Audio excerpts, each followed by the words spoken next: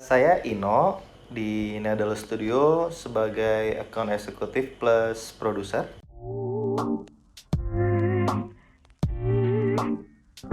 Pertamanya gue kerja di Matahari Advertising sebagai project manager untuk BTL buat event. Abis itu di situ cuma 1 tahun. Lanjut ke perusahaan design house. Nah, itu Axioma Design namanya. Di sana jadi account eksekutif. Abis dari Axioma Design, terus gue buka perusahaan sendiri, perusahaan desain juga, namanya Infinia Kreatif. Di situ gue sebagai operasional manager. Gitu. Jadi semua gue kerjain, mulai dari cari klien, produksi juga iya, terus budgeting juga iya gitu. Nah, setelah dari Infinia Kreatif itu baru ke Nadal Studio.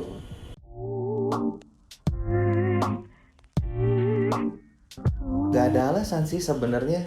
Jadi kalau gue prinsipnya apa aja gue kerjain gitu. Jadi yang penting gue bisa dan mau ngajarin, walaupun gue nggak bisa, at least ngajarin gue dulu, habis itu baru ntar gue kulik sendiri.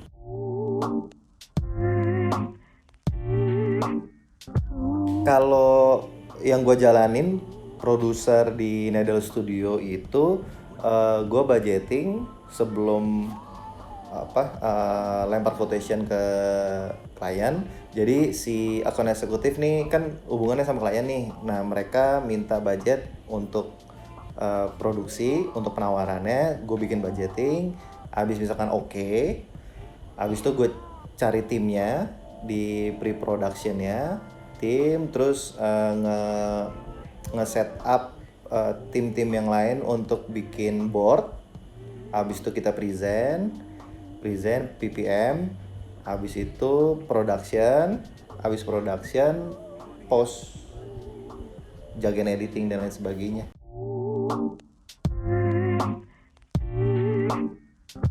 Dulu awal-awalnya gue nggak tahu produser itu apaan. Yang gue jalanin, jujur gue diceburin lah kasarannya, diceburin sama Mas Janet. No, bikin jadi produser ini begini. Nah, at least Mas Janet tuh ngajarin gue dulu, ngajarin gue project pertama, project kedua, terus selanjutnya gue bisa jalan sendiri gitu. Yang tadi gue bilang, gue mau apa aja dijalanin, at least pertama gue harus diajarin dulu kalau misalnya gue nggak tahu gitu.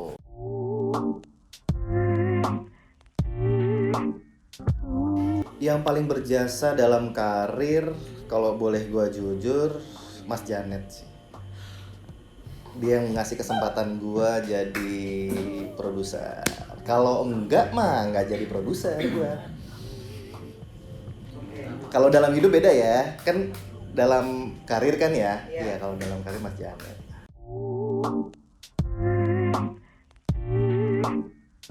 Rutinitas wajib pre-production itu baik lagi sih tadi budgeting, terus set up kru.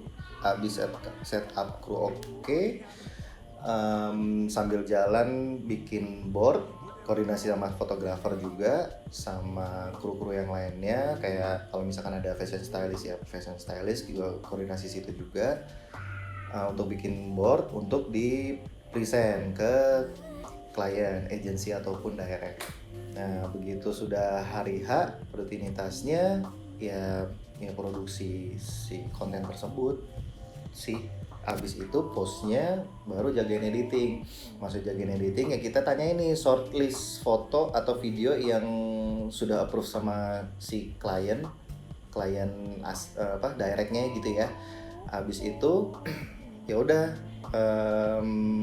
kayak editing, preview, revisi 1 2 3 4 5 6 7 8 9 10. Habis itu baru FA gitu. Rutinitasnya kayak gitu-gitu aja sih.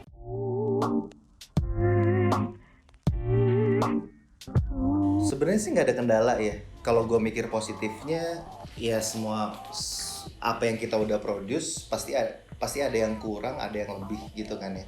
Mungkin di mata si kreatif ada yang kurang, ya kita harus koordinasi juga sama si tim terkait gitu ya untuk bikin konten tersebut.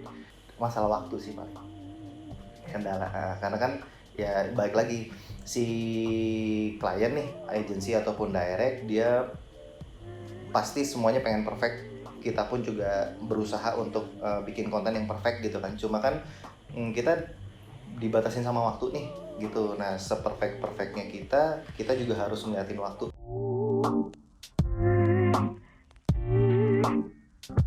Budget kali ya, harga. Ya paling pasti kan si klien tuh pengen dia bagus hasilnya, habis itu murah gitu. Nah, paling persaingan harga.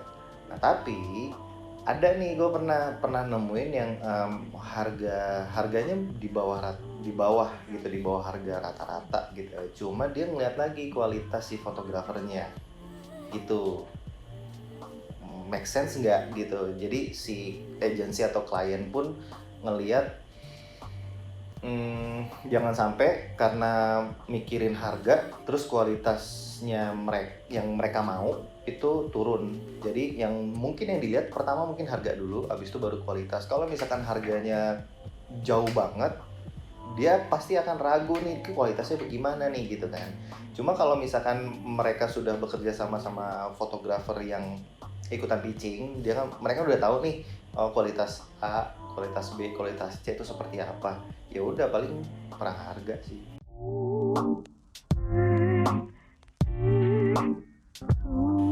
Ada beberapa sih, ada 2 deh kalau nggak salah ya.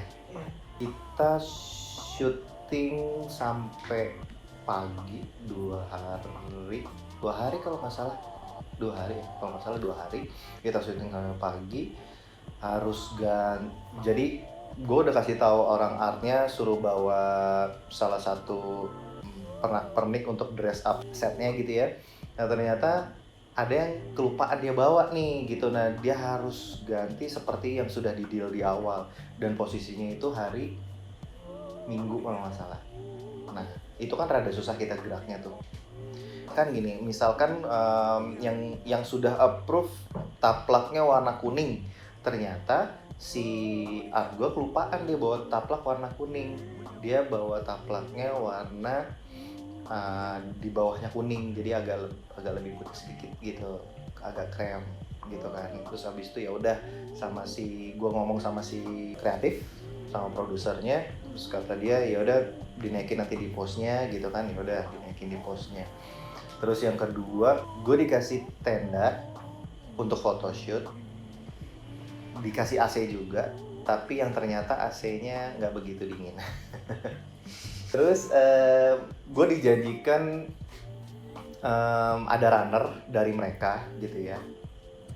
Jadi gue nggak nyediain runner, dan ternyata pada hari H runnernya tuh nggak standby di gue.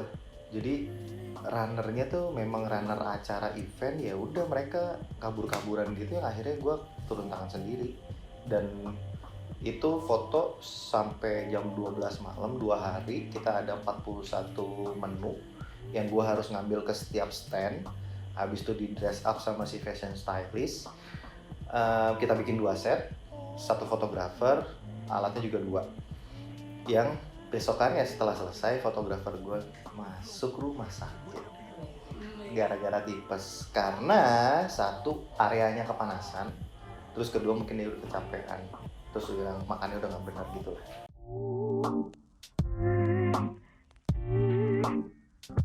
Sebenarnya gini, produser ya jadi produser terus, tapi tergantung orangnya lagi gitu, dia mau improve skillnya dia atau enggak gitu. Karena gini, kalau misalkan kita sebagai produser yang nanti at least mungkin kita naik jadi di agency or di direct client gitu, kita udah tahu nih ranah-ranahnya yang harus dikerjain itu apa aja gitu. Iya, nggak menutup kemungkinan juga ya cuma dari produser PH, produser agency gitu sih ya, yang jadinya produser. Terus entah lo jadi produser freelance yang ngurusin video, foto dan lain sebagainya. Ya baik lagi sih lu mau naik apa enggak, apa lu udah nyaman di situ. Kalau menurut gue sih ya bisa berkembang sih kalau menurut gue.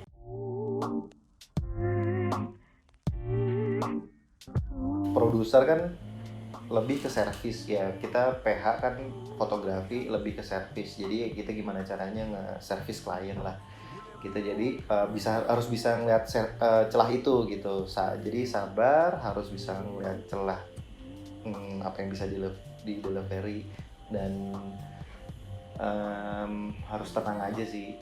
Pasti kan di dalam produksi itu pasti ada hektik-hektiknya gitu ya. Jangan sampai ke timnya lo push timnya malah bete, nanti entah lo push ke kliennya malah bete. Ya lo kan ada di tengah-tengah nih. Lo sama si akun eksekutif kan ada di tengah-tengah. Jadi ya harus kontrol emosi lah kalau menurut gue. Apalagi kan sekarang kan kadang nih ya generasi muda kan main tabrak aja gitu. Yang penting gue servis ya, cara servis gue seperti ya nggak masalah juga sih ya cobain aja dulu, it works ya. Kalau misalkan itu works ya jalankan gitu, kalau misalkan enggak ya lo harus rubah.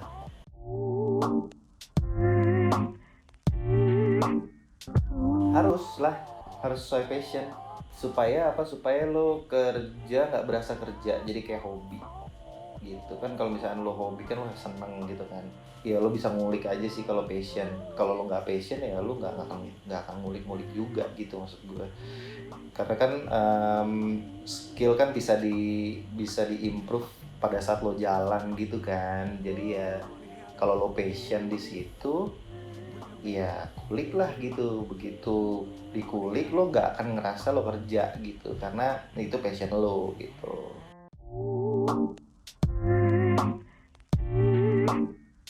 Sekarang yang lagi jalan produk Bango. Jadi kemarin gue ngejalanin dua, satu untuk campaignnya, yang satu buat si menu buat mereka buka resep dan lain sebagainya. Jadi si Bango tuh ada resep makanan yang dia kumpulin di website itu, mau dibikin ya memang yang di buku resep nih begini gitu cara masak dan lain sebagainya. Hasilnya pun seperti ini gitu. Kalau ya kebanyakan sekarang sih F&B sih, sama kita lagi mau jalan lagi proses web series. Jadi tunggu aja web seriesnya.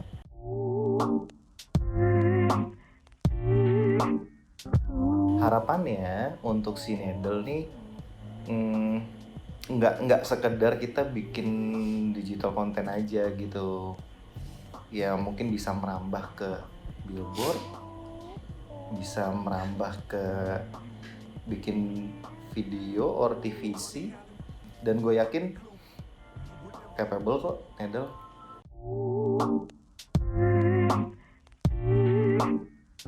Website-nya Nedel itu di nedelstudio.com, mungkin nanti bisa dicek di sini. Instagram gue di Ino Sulistiono ada di sini. Nah, coba dicek aja.